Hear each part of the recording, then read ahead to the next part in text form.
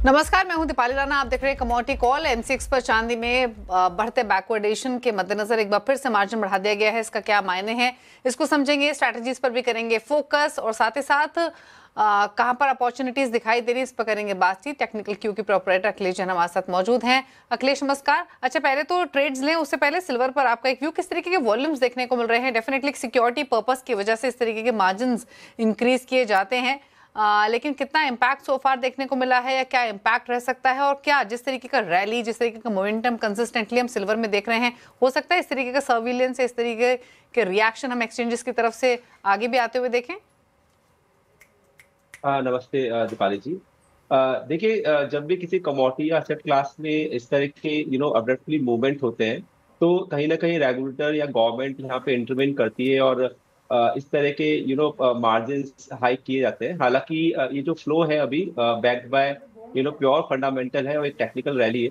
तो मुझे लगता है कि इस तरह के कंट्रोल्स हो सकता है पॉज दे सके, दे सकते हैं, बट जो चीज फंडामेंटली मूव कर रही है, टेक्निकली यहाँ पे मूवमेंट जो लग रहा है ओवरऑल, वो इंटैक्ट ही रहेगा और एक पॉज के बाद ये वापस से अपनी रैली पकड़ेंगे। तो मुझे लगता है कि ऐसा बहुत ज्यादा इम्पैक्ट यहाँ पर देखने को नहीं मिलना चाहिए और जो मोमेंटम है प्रीशियस के अंदर वो अभी लग रहा है कि बरकरार ही रहना चाहिए। जी। ओके। अच्छा, भाव को लेकर अखिलेश क्या राय है सिल्वर पर? देखिए, प्राइजेस काफी ऊपर आ चुके हैं। अगर थोड़ा सा ब्रॉडर प्रोस्पेक्ट में देखें और हम देखें 1980 में जो सिल्वर के हाई थे कॉमेक्स के अंदर, वो $48 के आसपास थे। वहीं पे जब एमसीएक्स में 74-75 हजार के हाई बने थे 2010-11 के अंदर, तो 49.80 के आसपास हाई बनाया था। अभी ये जो रैली है प्योर, जैसे मैंने कहा, बैक्ड बाय फंडामेंटल से, जिस हिसाब से कंसर्न चल रहे हैं यूएस चाइना के बीच में टैरिफ को लेकर, या जिस हिसाब से फिजिकल अभी शॉर्टेज है, तो मुझे लगता है कि यहाँ पर एक फ्रेश ब्रेकआउट $50 के ऊपर हमने आता हुआ देखा है और मुझे लगता है कि पोजिशनली आने वाले सत्रों में एक अच्छी यहाँ पे जो रैली है या तेजी है वो बरकरार रहेगी। तो यहाँ पर कोई भी करेक्शन आता है, नॉर्मल जो भी करेक्शन आते हैं, नेचुरल करेक्शन आते हैं, तो यहाँ पर लेने का ही रिकमेंडेशन है। जब तक भाव $50 के नीचे नहीं जाता है, तब तक इसका जो ट्रेंड है वो इंटैक्ट रहेगा और ये रैली एक्सटेंड होती है तो हो सकता है आने वाले 3 से 4 महीने में हम $71-72 तक भी भाव देखें। जी।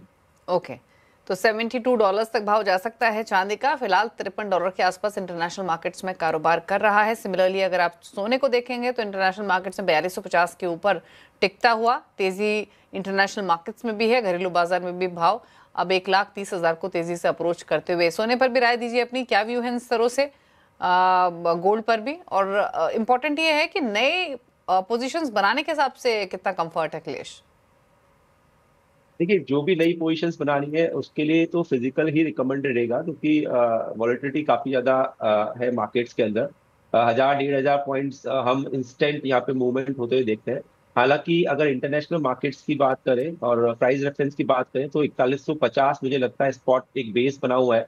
अगर प्राइजेस डिसिसिवली इन लेवल्स के ऊपर मेंटेन रहते हैं, तो मुझे लगता है कि रैली एक्सटेंड होके 4650 से लेकर 47 तक जा सकती है। तो जब तक नीचे के बेस ब्रेक नहीं होते, तब तक जो माइंड सेट है वो बाय ऑन डिप्स का ही रखना चाहिए। इमीडिएटली शॉर्ट टर्म की अगर बात करें, तो मुझे लगता है 1,26,350 इस वीक के लिए सपोर्ट है। तो कोई भी डिप मिलता है 1,27,500 से 1,27,000 की रेंज में, तो वहां पर खरीदारी कर सकते हैं और 1,29,300 तक के लक्ष्य 1 से 2 दिन में यहाँ पे देखने को मिल सकते हैं। जी। ओके, चलिए रुकने इसी के साथ एक ब्रेक के लिए। ब्रेक पर बात करेंगे ट्रेडिंग स्ट्रैटेजीज की। जल्द वापस आते हैं।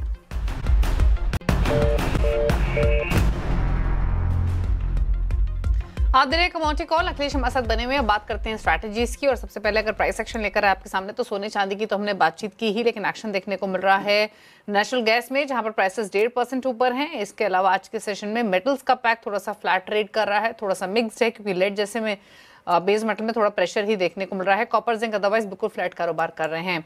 एग्री कमोडिटी बास्केट में एक्शन कहीं है तो वो स्पाइसेस का पैकेज, जहां पर लगातार तेजी हमने देखी। और आज के सेशन में टर्मरिक 5.5% ऊपर, धनिया 2% ऊपर है, जीरे में 1.5% की बढ़त देखने को मिल रही है। ग्वार पैक में भी हल्की बढ़त के साथ हो रहा है ट्रेड। लेकिन अपॉर्चुनिटीज कहां है ट्रेडिंग पोजीशंस की, इस पर लेते हैं अखिलेश की राय। अखिलेश बताइए पहले तो आपकी ट्रेडिंग कॉल्स।